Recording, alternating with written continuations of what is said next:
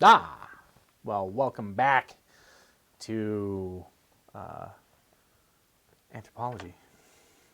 Okay, so if we're going to talk about our next subject here, the construction of class, there's a lot of stuff that we're going to be kind of dipping into here. So one of the things that I've been talking about a lot, or at least on occasion, is the American dream. Is it real? Right? Is this something that, as Americans, it gives us hope? It gives us an ideal to live up to. It brings people to this country so that they might participate in that dream and hopefully that reality. And yes, the American dream is real as far as an export, but it isn't always a reality when you look at what's happening within our own culture, right? We have to look at this idea of like social mobility between the classes. So, and this is something that everybody dreams of. Everybody in this country that believes in the American dream believes that they can make themselves wealthy. If they work hard enough, if they strive hard enough, they can have a big house with a bunch of cars and a beautiful spouse and perfectly educated children and, that white picket fence and a dog, right? And I say dog, not a cat. Cats are not part of the American dream. Okay, so I'm lying. I don't have any cats, which is probably good. I like dogs more. Anyway, so we've got this idea that we can accomplish these different things, right? We can accomplish anything if we just work hard enough, if we strive hard enough, if we climb that corporate ladder, we can accomplish it. The cruel reality is that that is absolutely not the case. The best people are going to be able to do is, kind of a middle income, average probably if you're in a good situation, between $40,000 and $70,000 a year as an individual. That's kind of what you have to look forward to if you get a good job, right? If you're working in fast food, if you're working in consumer businesses, stuff like that, working as a cashier, that is a dream, right there. There's no chance that you'll ever make that kind of money doing those kinds of jobs. Not until you get into upper management, and the likelihood of you getting into upper management is pretty slim, right? So you do whatever works. So, but here's the thing. There is this concept called hope, right? And this is a huge aspect of the American dream, right? And for a lot of what we do in life in general is that we have this hope that we can make it big, that Americans can do a whole lot, and we can accomplish anything we want. We have these ideals, and hope is a part of that. And the reality is that when you look at who actually has all the wealth in the country and all of that stuff, yeah, you'd have to win the lottery. And I forget what the stats are on winning the lottery, but it's like 1 in 100 million people is going to win the lottery. And that's a lot. Whew, that's a lot of people. Your chances are not good.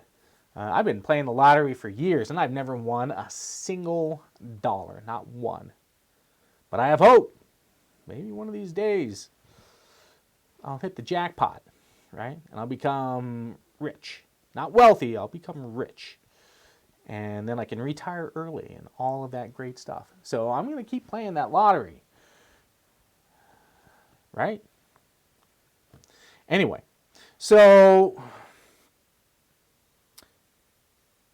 a lot of this comes down to how companies, and this is where Marx kind of starts to become more relevant, is dealing with the wealth gap, right? That the difference between, the company owners versus, the people working for them. And, when you've got huge tax loops and you've got huge companies like Amazon and Google and all these companies and there's not a lot of them, right? There's not a lot of these companies that the owners are just, bringing in mega bucks, right? And for some reason, Americans feel like they can accomplish that. Right? We have this amazing ability to dream and believe that we can accomplish those same types of things. If we work hard enough, if we're smart enough, if we go to the right school, then maybe, just maybe, right, we could do that. And that's just not necessarily the case. And over the last 50 years, we've seen this wealth gap becoming bigger and bigger and bigger and bigger. There were a lot of companies, if we go back 60, 70 years ago, that the owner of the company, was making more money than what his workers were making, but not that much more. Not that much more. And people had better quality of lives. And this is where a lot of this sort of comes into play, is that you've got more of the resources being distributed back to the people doing that work, right? Instead of funneling all of that up to the very top, right? You had these companies. I mean, and it was kind of like there's a Kodak, right? Kodak, as a camera producer, as film, they also did all kinds of other stuff. One of the things that the owner of Kodak did is that he really invested into some of the into the well-being of his workers. Right? He even built like facilities for like bowling and pool halls and stuff like that, so that his workers actually had enjoyment that they could do, and paid them pretty well.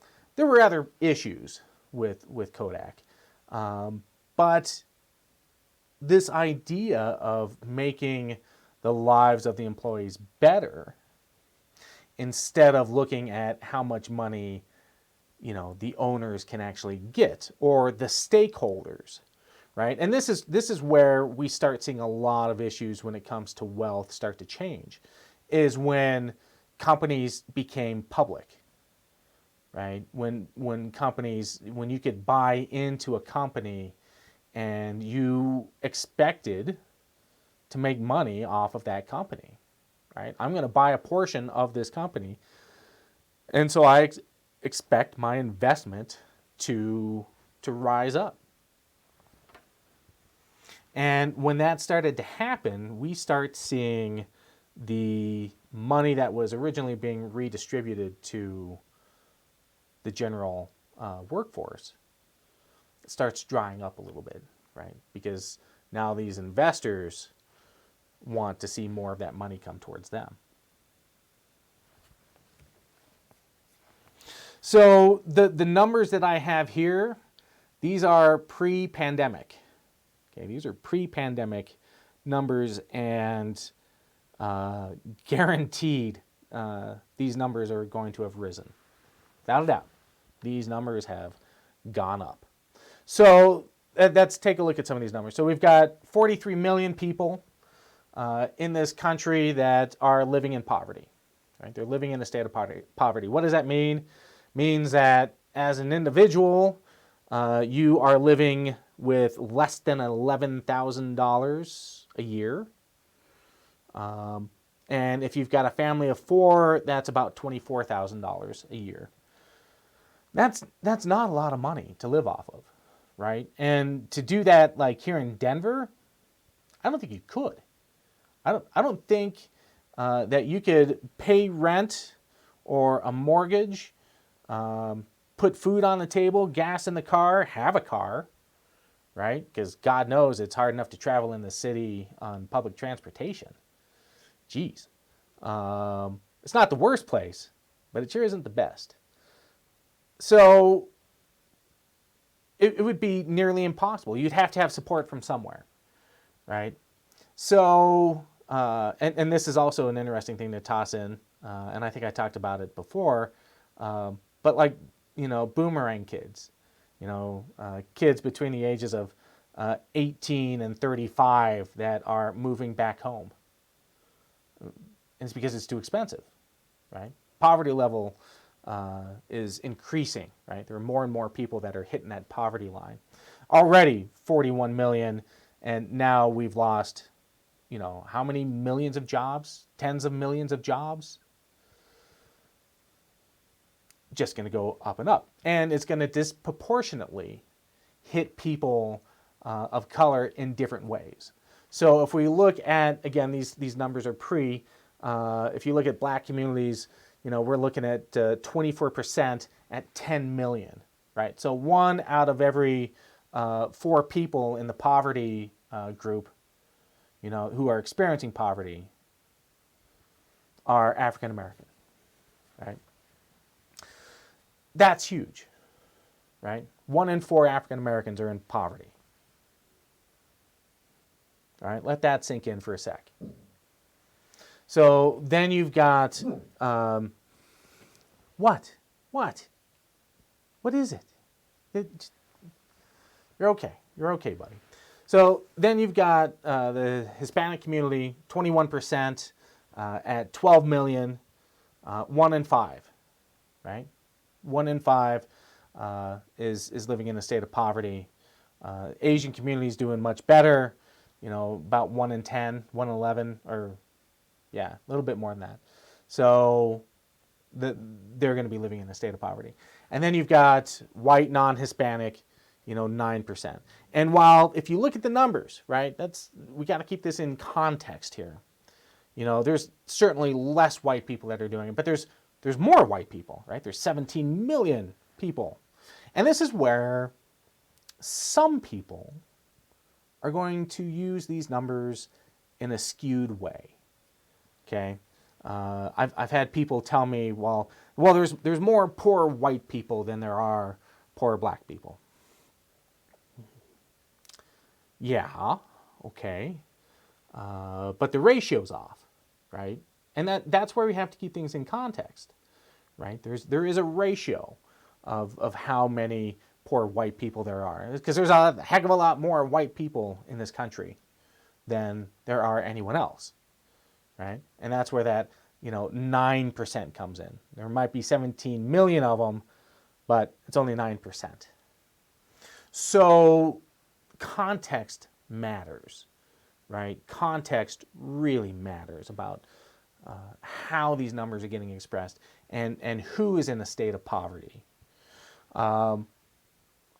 So this is a really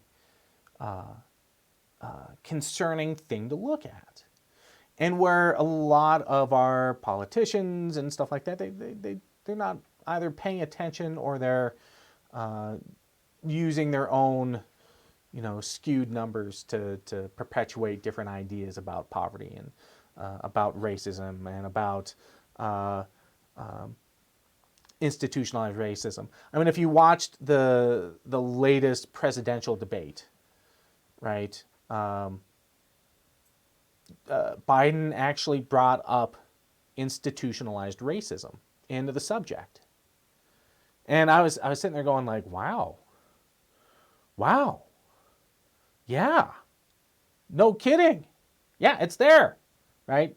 As social scientists, we've known this for decades, but politicians and other folks out there that don't understand the dynamics of culture, the dynamics of poverty, and all of this stuff, don't oftentimes see this happening. right? And so this is again one of those moments of theoretical truth and ground truth, right? As scientists, as researchers, we're saying yes, here's the facts, right? We have the facts right here. We've been studying this for years. Institutionalized racism is a real thing. And then there's lots of people out there that deny. And oftentimes it's just through ignorance. And I can forgive ignorance, not necessarily willful ignorance, but ignorance in general. If you haven't been exposed to it, how are you expected to learn about it, right? So, the important thing is education, learning about these various subjects, why they're important. So with this stuff, we're seeing a huge number of people that are experiencing poverty. And this level will probably have come close to like doubling by the time we're done. I would not be surprised at all if the people that we have in a state of poverty at the end of the pandemic, which who knows when it's going to be over, it's going to be a while, right? A lot of more people are going to lose their jobs. These numbers are only going to get bigger, and that really sucks. So let's talk about the culture of poverty, okay? And there absolutely is a culture of poverty. And we look at it in different ways, but this is, once again, this sort of lens that we have to look through to kind of understand what's going on here, and to take a little bit deeper dive into this concept of poverty. So oftentimes, poverty is seen as a failing of the individual, okay? It is seen as a failing of the individual because we are, in essence, as Americans, we're seen as a meritocracy, right? I talked about this before. A meritocracy is about how good you can do, right? As Americans, you should be able to pull yourself up by your bootstraps and be able to succeed in whatever it is that you are doing, right? And if you fail at that, if you fail and you become a part of the culture of poverty, then that is your fault. That's your fault. That's not my fault, right? That's not the rest of culture's fault. That's your fault, right? And this can manifest in all kinds of different ways as an individual, right? It can be a sense of hopelessness, helplessness, depression, all of this stuff, and it's your fault. And as anthropologists, we're looking at this and we're like, wait. There is a system involved, right? Rarely does anything like this happen because of individual effort, right? It can happen, absolutely. But oftentimes there are many cultural contributors to the success or failure of an individual. And those contributors are everything from where you were born, right?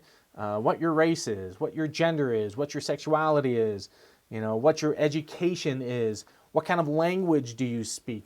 Do you speak, Midwestern English, right? Or do you speak English with an accent, whatever that accent is, right? Because there's prejudice against people that don't speak proper English, right? If you've got a Texas draw, right, then you might be looked at a little bit differently, right? Or if you came from another country and you speak English, but you have an accent, right? You can be treated differently.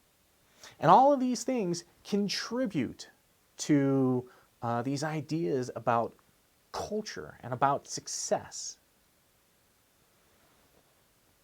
So oftentimes we will contribute the individual with whether or not they do well in life. And it's just not true. It's about how you are brought into this world, right? And the resources that you have access to. That is a major contributor to it. Again, going back to this concept of habitus, right? Of what you are brought into and what you are basically indoctrinated into thinking. And so we can look at this as anthropologists. We can take a look and see how people are going to behave in given situations, right? What you will expect in a given neighborhood or a given community based on the kind of wealth or access to resources that they might have. We can start creating models as to how these things are going to be addressed. Right? That's what we will do as researchers. Right? We're going to say, okay, so in this community we see a predominantly minority group. Right? Well, if we're going to look at history, we're going to be looking at a community that's probably going to be dealing with more issues of poverty than we might expect in a white neighborhood or a white community. So what are the things that we might be able to expect here? What are the things that we might see as a result of this? So these are all things that, as researchers, you can start to kind of expect when you're going into a community and when you're doing research.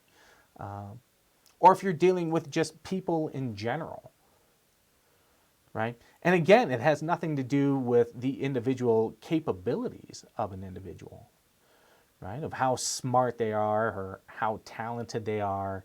You could be the most intelligent, the most athletic, and have you might be beautiful, whatever that beauty standard is, because beauty is completely created, right? It's all in the eye of the beholder, and you can still fail completely, utterly, based on your given circumstances, right? Where you were born, what kind of resources your parents had, right? What kind of school you went to. All of these things contribute to this culture of poverty. So, yeah, I mean, it's tough. This last item here, we've got, going back to subsistence living, right? We talked a little bit about this before, this idea that if you are and your family are so focused on survival, right? Just putting food on the table, putting gas in the car, making sure the heat stays on. Your opportunities and your drive, that habitus, right, isn't going to be there. It isn't going to push you to try and better yourself. It's not going to push you to try and be the best that you can be, right? When you're hungry. So, and we can become indoctrinated into these different ideas.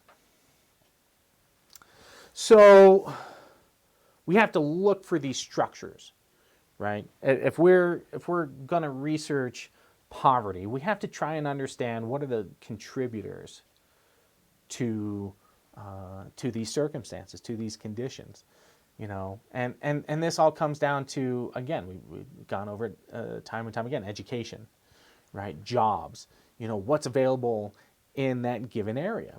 If we're going out of the United States and we go to a community that is like in a remote location. How do we sort of figure out what poverty looks like? And this is an interesting question because, again, resources might look very different. Poverty might look very differently than what we might consider poverty here, right? So if we go into another community and we look at people's houses, like where do they live, right? Well, we might go to a community in a poor country and they're living in houses made out of cinder block, and they've got dirt floors and thatched roofs, and they're not big houses, maybe 1 or 2 rooms, right? There might not be a bathroom on site. They might have an outhouse, or there might be a communal place for the going to the bathroom, right? And that to us, that's like, whoa, that's poverty, right? That's poverty. But that in that community, that actually might not be poverty, right? That might be middle class, right? Because you got to keep it into context, right? What is the majority of people have? And is that the middle class or is that lower class, right? How big of a difference is there between economic statuses? What is the extreme poverty line? What does that look like? And what does wealth look like? And so, we take these skills and we can apply them to any type of community, right? Whether or not we're looking at our own, which is something that we have to understand because we live in it, right? And if we're going to do any sort of research, we have to understand our own concepts of bias. So we have to look at all of this stuff as we're doing our research, as we're looking and trying to find different answers, because those answers aren't going to look the same when we go to different places.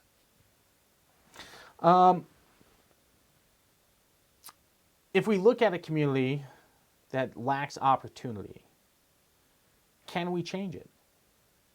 Is there a way to bring a community out of poverty?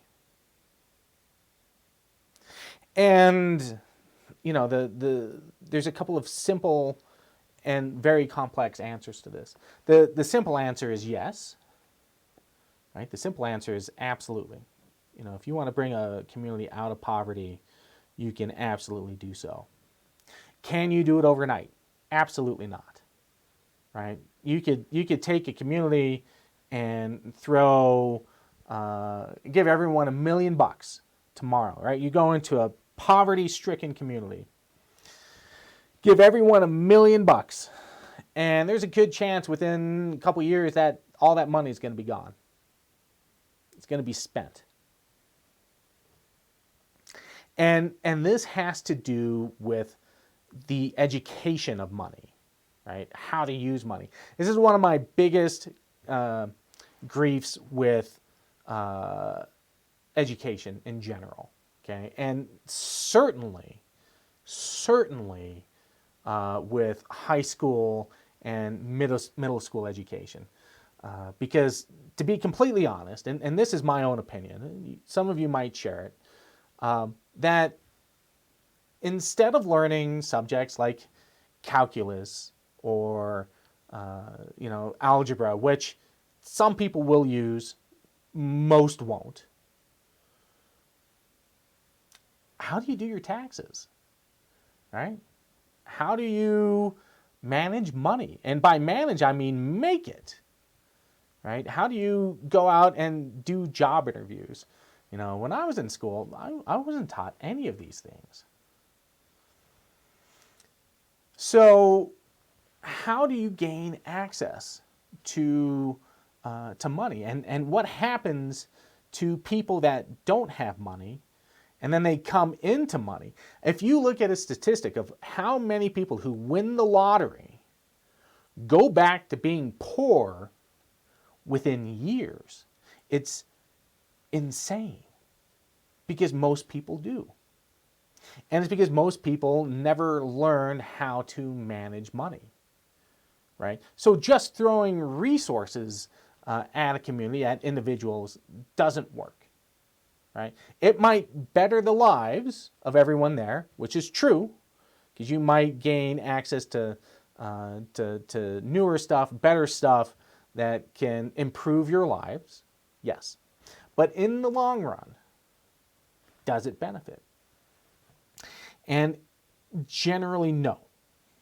And this is where we get into some very complex ideas about wealth and how do we change a community. And a lot of it starts with the youth, right? Education, right? And in general. And maybe that's just because I'm an educator, right? And I believe in having a good education.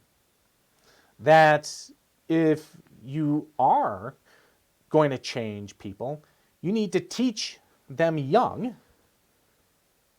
in how to make that change take place, right? If we want to teach communities to be better off and do better money management, you teach them in middle school and you teach them in high school so that when they get out into the real world and they have to get that job, right, to support themselves and to support their families, they know how to manage their money. And if they can do that and start buying instead of renting, and not getting credit cards and paying with cash, that kind of stuff, you can start to see a change in how communities are going to develop. And so you can change communities. You can bring them out of poverty. But it takes a generation or two to be able to do it. And it starts with different programs. It starts with better education. It goes further with creating better jobs in a community and giving more resources, right? So institutionalized resources, right? Those have to come first. And then once that happens, then the people will start to change over time. So, and this is a big issue, is consumer culture. Consumer culture, which is what we live with on a daily basis, right? This is what Americans thrive on, is consumer culture. This is what we have gone from industrial manufacturing to consumerism. All of our jobs have moved in that direction. Whether we're consuming food, which is massive, right? That's a huge part of our economy. It's retail, the big box stores, mom and pop shops, and there is certainly skilled labor out there, but it's not as big as what it used to be. So there's this insidious concept that could be used for good, and you sort of have to have it to get by in this world. You don't need it, but it certainly does have a major impact. And it's this idea of credit, okay? Of getting a credit card, of getting a car loan, of getting a mortgage to buy a house, right? It's insurance, right? It's these ideas in which we pay for the privilege of going into debt so that we can own something, right? So if we look at credit cards are by far probably one of the worst things that you can ever get your hands on. And the reason is that when we have that extra cash, and we can go out and buy something that, we might not necessarily need or just want to get, and we're like, all I have to do is make payments every month on it. And then you start racking up more and more because your job, there's other stuff that you got to buy, right? And your resources are continually being depleted, credit becomes a huge monetary resource for people. And it does a couple of different things. Okay, so we have to understand, like, part of what debt does is it might allow you to keep up appearances. A lot of people go into credit card debt or to debt in general because they want to buy that American dream, right? They want that house with the white picket fence, and they've got a wife and some kids and that dog, and you know, they go into a nice neighborhood, and so they have to buy that house, right? Because they have this dream that they want to live up to. So they get that mortgage, and it's a 30-year mortgage. Okay, 30-year mortgage. So by the time you have paid off that house, it's 30 years down the road. Okay, let's just say you're in your 30s. Well, that means you're not going to pay it off until you're in your 60s. Right? That's the rest of your working career, right? Most likely, by the time you hit 60, 65, you know, you're planning on retirement, right? And you're going to pay off that house finally, you know, that you've been spending years and years and years and years and more years working on. And that's if somewhere along the line you didn't have to refinance, right? You didn't have to refinance that mortgage, tack on an extra 10 years, right? Because you had some catastrophic event take place, right?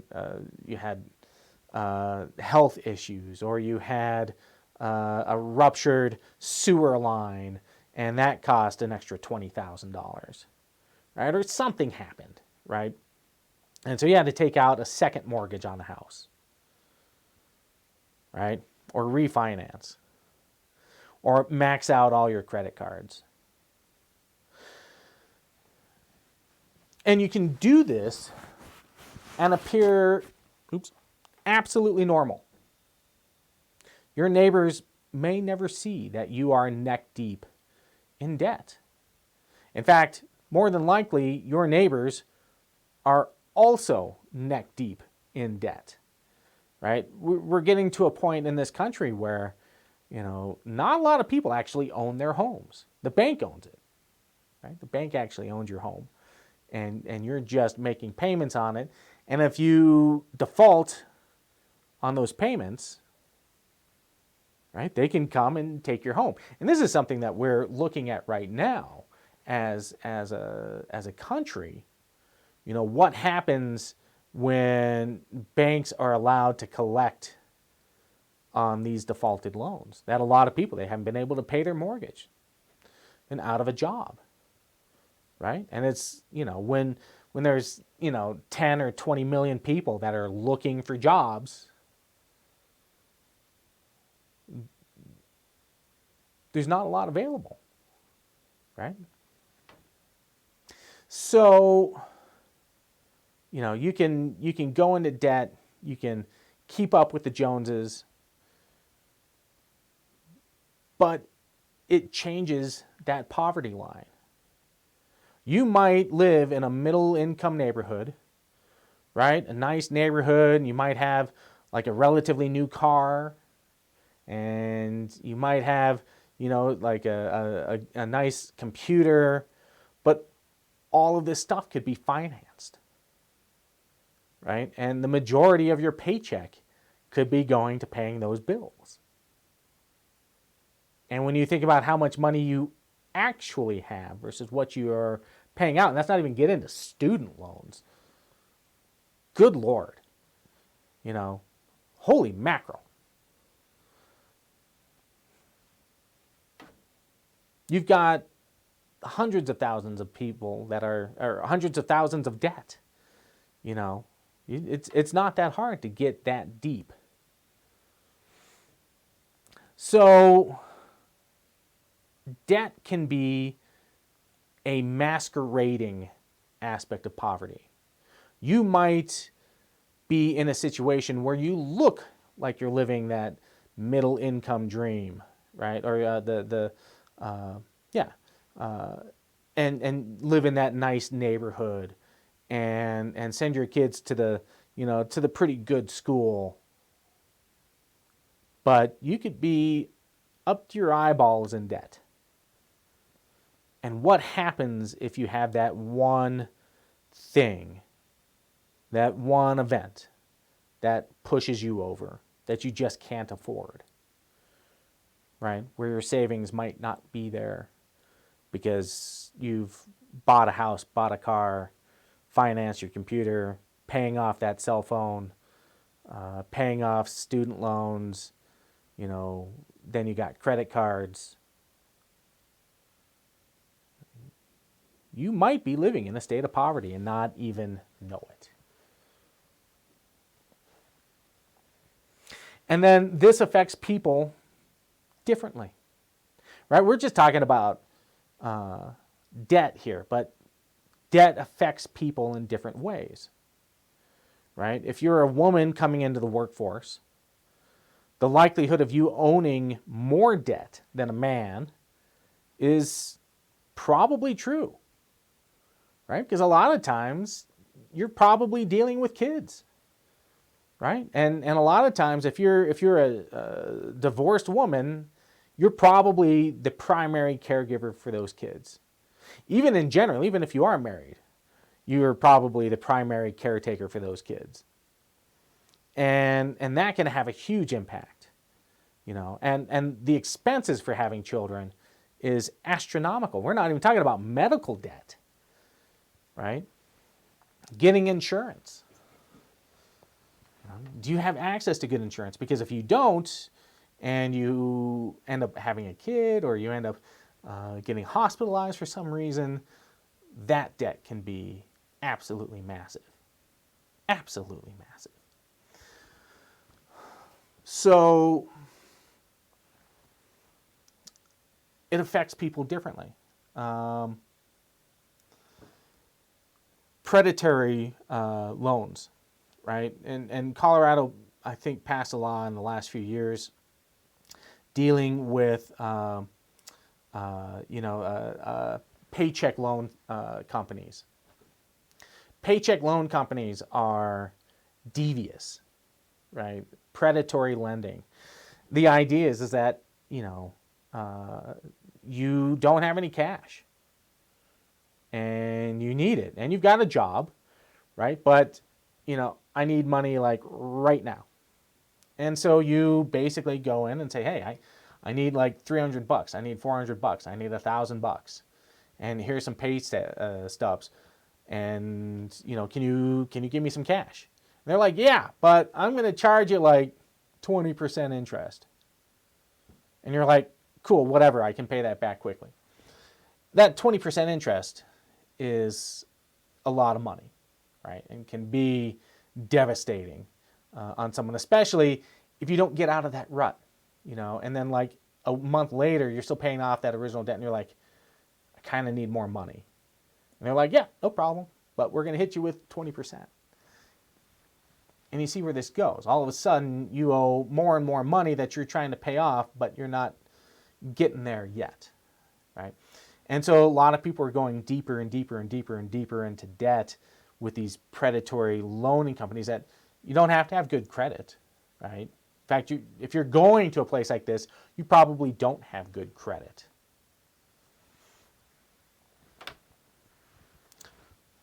One piece of advice. I'll probably give you more. Never go to a payday loaning service. Don't do it. Bad idea. Credit cards, avoid them if you can. Really, you might get one or two, but don't use them. Use them sparingly to build credit, right? And this is a part of the American system that we are tied to our entire lives. This is like having a birth certificate. What is your credit score, right? And that will determine whether or not you can get that car, you can get that house, right? Whether or not you're going to be qualified to live in a certain apartment. Where's that institutionalized stuff, right? having a credit score will allow you more opportunity, right? If you have a good credit score, we're going to give you more money, right? And if you have a bad credit score, well, what happens in communities of poverty? Not likely to have good credit scores because they weren't taught how to use money, didn't have the resources. And so to get into that house, you have one more barrier, right? Is that credit score. So, yeah, there's a lot. There's a lot to unpack there when it comes to credit, to debt, to understanding how people gain access to resources, how they are allowed to gain access to those resources. How do you get good credit? If you've got bad credit, how do you get good credit? Oftentimes it means taking out more loans at worse rates, right? You know, to get out of bad credit, you have to get a credit card. They're going to give you a credit card, but, you know, we're going to give it, 17% interest after 1 year. 17%.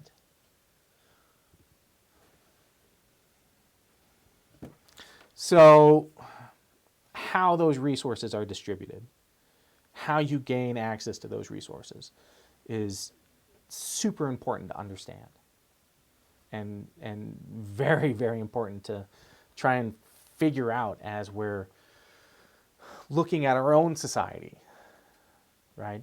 And we're looking at what we have access to. So, if you've been paying attention to politics, you're going to see this a lot.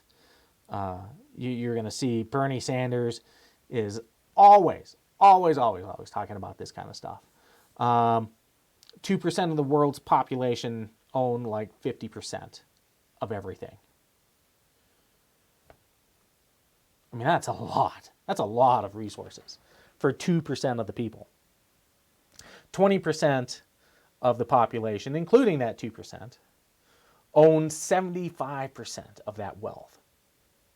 So now you've got 80% of the world that owns 25% of its wealth. Like, wow. Okay. You've got 1 billion people that live off of $1.25 a day.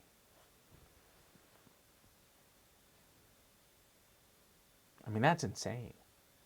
That's absolutely wild. And what does that look like? Right? What does that livelihood look like? What kind of access to health care do you think they have? What kind of access to education do you think they have? What kind of access to job opportunities do you think they have? Now that $1.25 is going to look very different in different communities. Here, right, our poverty level is $11,000 a year, not $1.25 a day. Right? That's a whole different number. Right? That's what, like $375 a year? You wouldn't be able to survive on that. So poverty here looks very different than poverty in other places where money goes a lot further, right? That $1.25 can put a couple of meals on the table. Not good meals, not real healthy meals, but it can still do it. But that's 1 billion people, right? That's a lot of folks that are living on a very, very, very, very small budget. So, what do we do with that? I mean, as anthropologists, we can put it into perspective, but what do we do with that kind of information? I don't know. There's a lot of things that you can do. Politics, voting. Go out and vote, please. Please vote. Anyway, coming to our conclusion. Inequity and class systems are part of everyday modern societies, right? All of them. There's stratification. Who has the most money, who has the least amount of money, and who's doing okay. If we go back in time, and even to some of these egalitarian societies that exist still today, good chance that they're some of the ones that are living off of the $1.25 a day.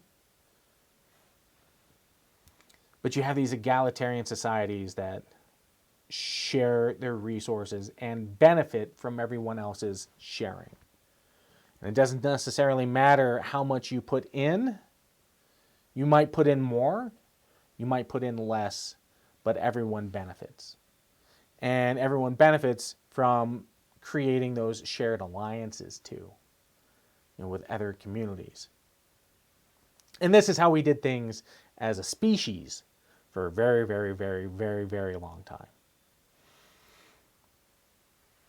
Because we wanted to survive. And to do so, we had to share. And it became beneficial to share our resources. It became beneficial to think of prestige within ourselves, right? How do we look good? How do we gain the respect of our community members by getting rid of everything, of giving away all of our personal resources to make sure everyone else is successful? Far cry from what it is today. At least, I think in a much larger sense,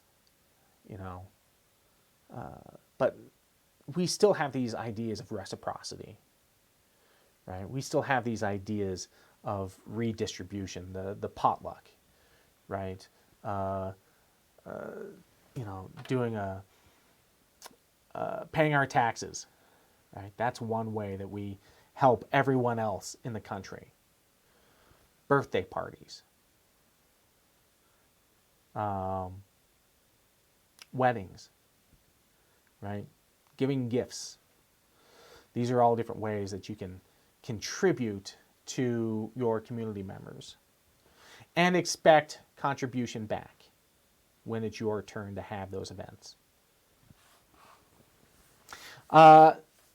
There's been a lot of research that's gone into understanding class and understanding poverty, and it's something that we are constantly looking into now, trying to understand the dynamics, right? Trying to understand the history of it, all of this stuff. How does this all fit together?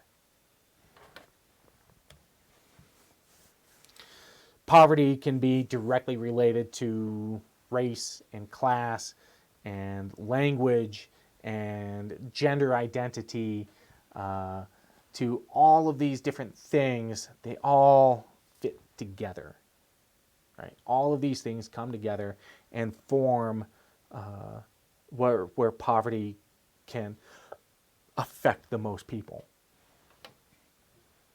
And race specifically, because race is such a major issue. And gender specifically, because gender is so prevalent. When you're only making, 89 cents on the dollar, and I don't even think it's 89 cents on the dollar of what a man makes. I think it's lower than that. How can you be expected to gain those resources and succeed like you should be able to succeed? How we look at poverty as an individual failure, right? We take poverty on ourselves. We see, and we blame people for being poor. Like, man, that's your fault. You see the guy on the side of the road and he's got a sign out there and he's like, I'm hungry, I've got 4 kids, need help. And you look at him and you're like, man, that's your own damn fault. you got there, right? Why should I help you? And the likely answer to that is that they probably didn't. They might have. A lot of people can have an impact on their own lives, especially getting into drugs and getting into, bad habits, bad practices. That person on the side of the road could have had a big house and a nice car and a wife or husband and 2 or 3 kids and that dog. And if they're poor, they probably had cats, probably more cats than dogs. We know that poverty is directly related to how many dogs versus cats that you have. That's not true. But the idea is that we blame poor people for their own circumstances. And the likelihood of that actually being the case is super slim. That there wasn't some kind of contribution from an institutionalized view is almost impossible to ignore. Something helped them get there, right? But we don't see that, right? Because our ideals oftentimes come from, being able to succeed on your own if you work hard enough, if you are smart enough, if you follow the rules, right? Then you will be successful. And the cold hard truth is that that's incorrect. That's not the truth. That doesn't work that way. So the next time you see somebody on the side of the road, maybe don't be so critical. Maybe think a little bit more about what that person has gone through and maybe what that person was forced to go through, just based on, where they were born, where they grew up, what kind of resources they had access to. Bet you anything, there's more of a story there.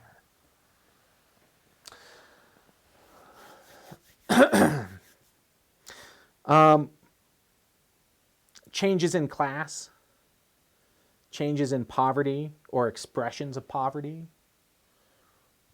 might be done in different ways, right? Especially when we're talking about credit, right?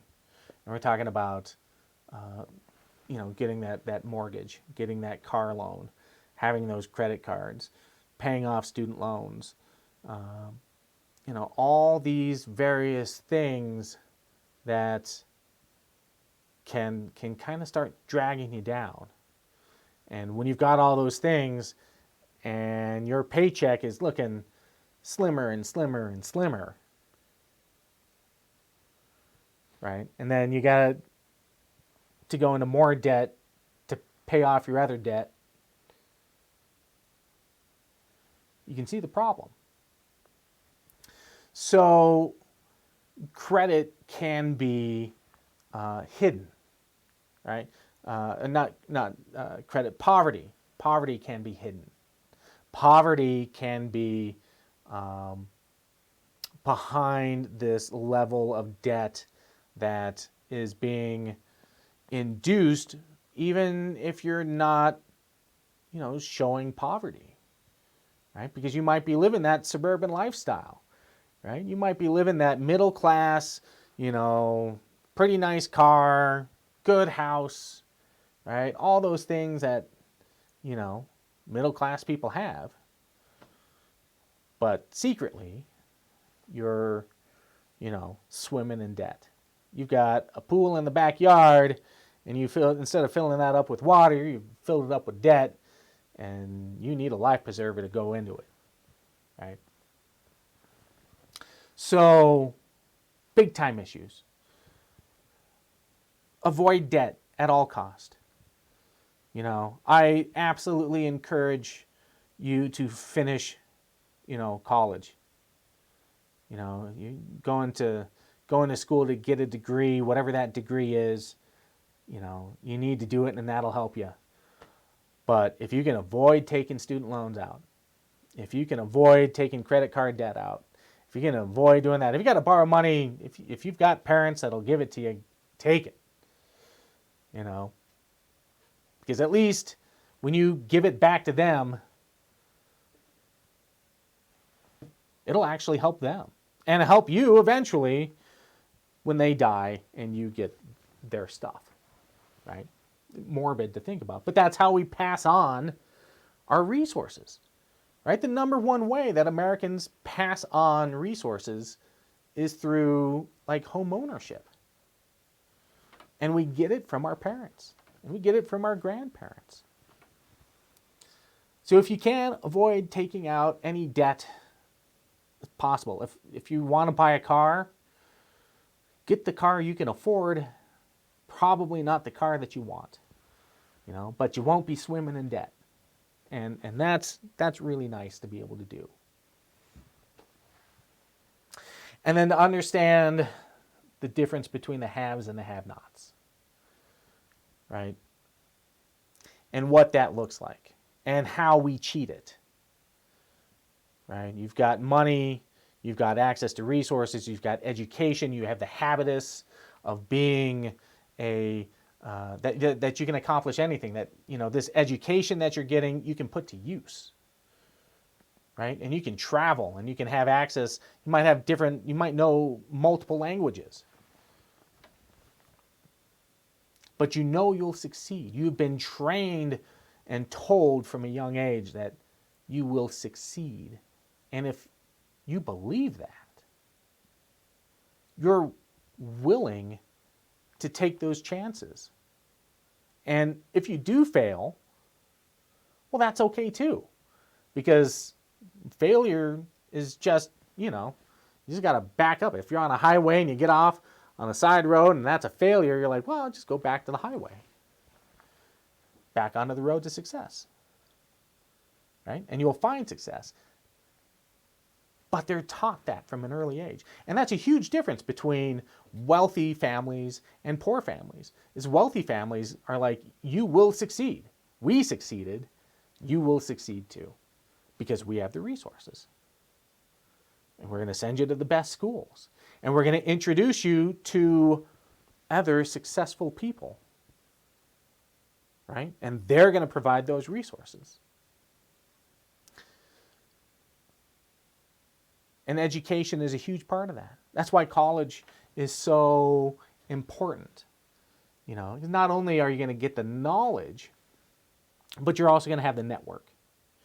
And that's one of the hardest things that I think as educators and as students that we're going to experience over the next year and a half. This isn't ending anytime soon. Is that part of the college experience? It isn't just about your education. If you truly want to benefit from your education, you're also going to go after networks. You're going to meet up with a bunch of people, and they're going to be like, you know, I'm going to go off and I'm going to get this job. And they're going to get that job. And 10 years down the line, you're going to be looking for a job, and this person over here that you went to school with, they're going to be like, yo, man, I got a job right here for you. And there's your network. There's your connection, right?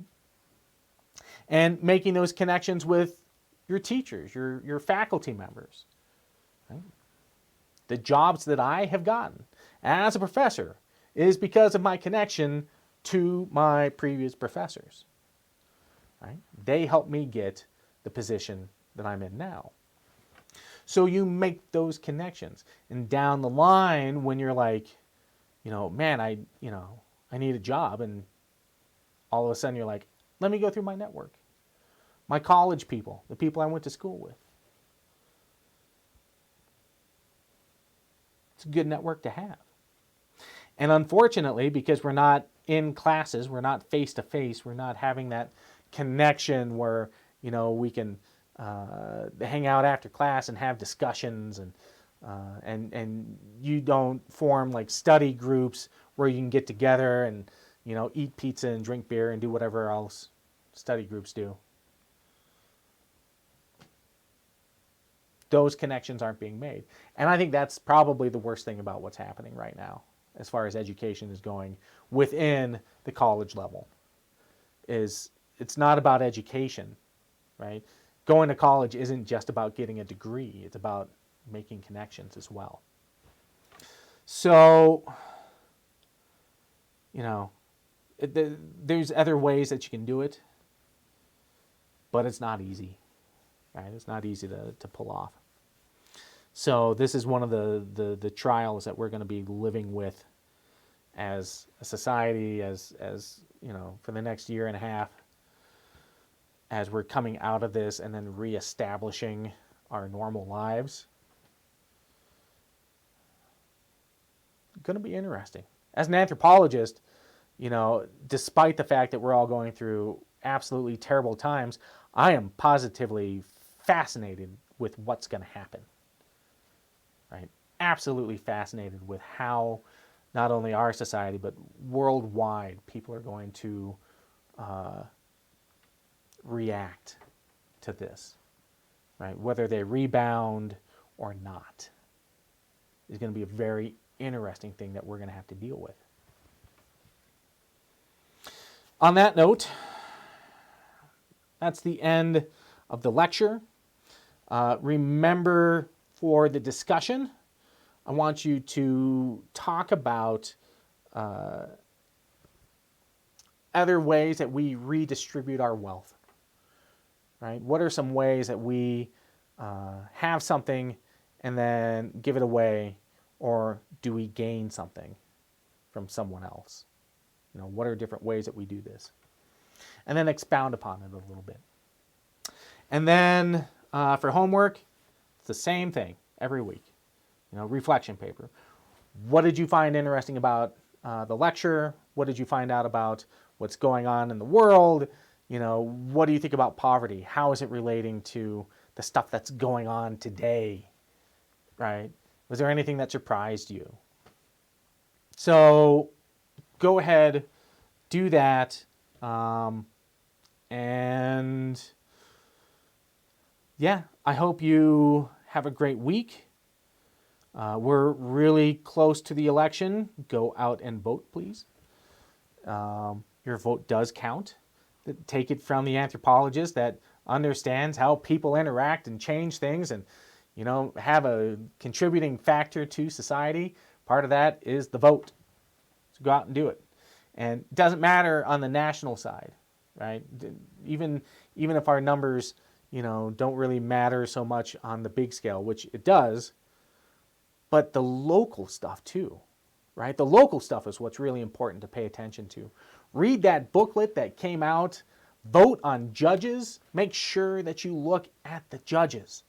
Judges are really important to look at. If you want to create change in your immediate society, right? Especially if you're interested in social justice or criminal justice, look at your judges and make the time to do some research and see whether or not those judges should stay or should go. Big issues, right? Judges are really important. So go out and vote. If you haven't done it yet, do it. If you have, awesome sauce. That's totally radical. I love it. And thank you for voting. Otherwise, we will see you next week. We've only got like 3-4 classes after this, and we're done. Like, wow. This semester has gone surprisingly quick, even though I'm talking to you from my basement. Yeah. Weird, man. Anyway, okay. Listen, take it easy, be good to yourselves, stay healthy, go vote, and rock and roll. We'll see you later.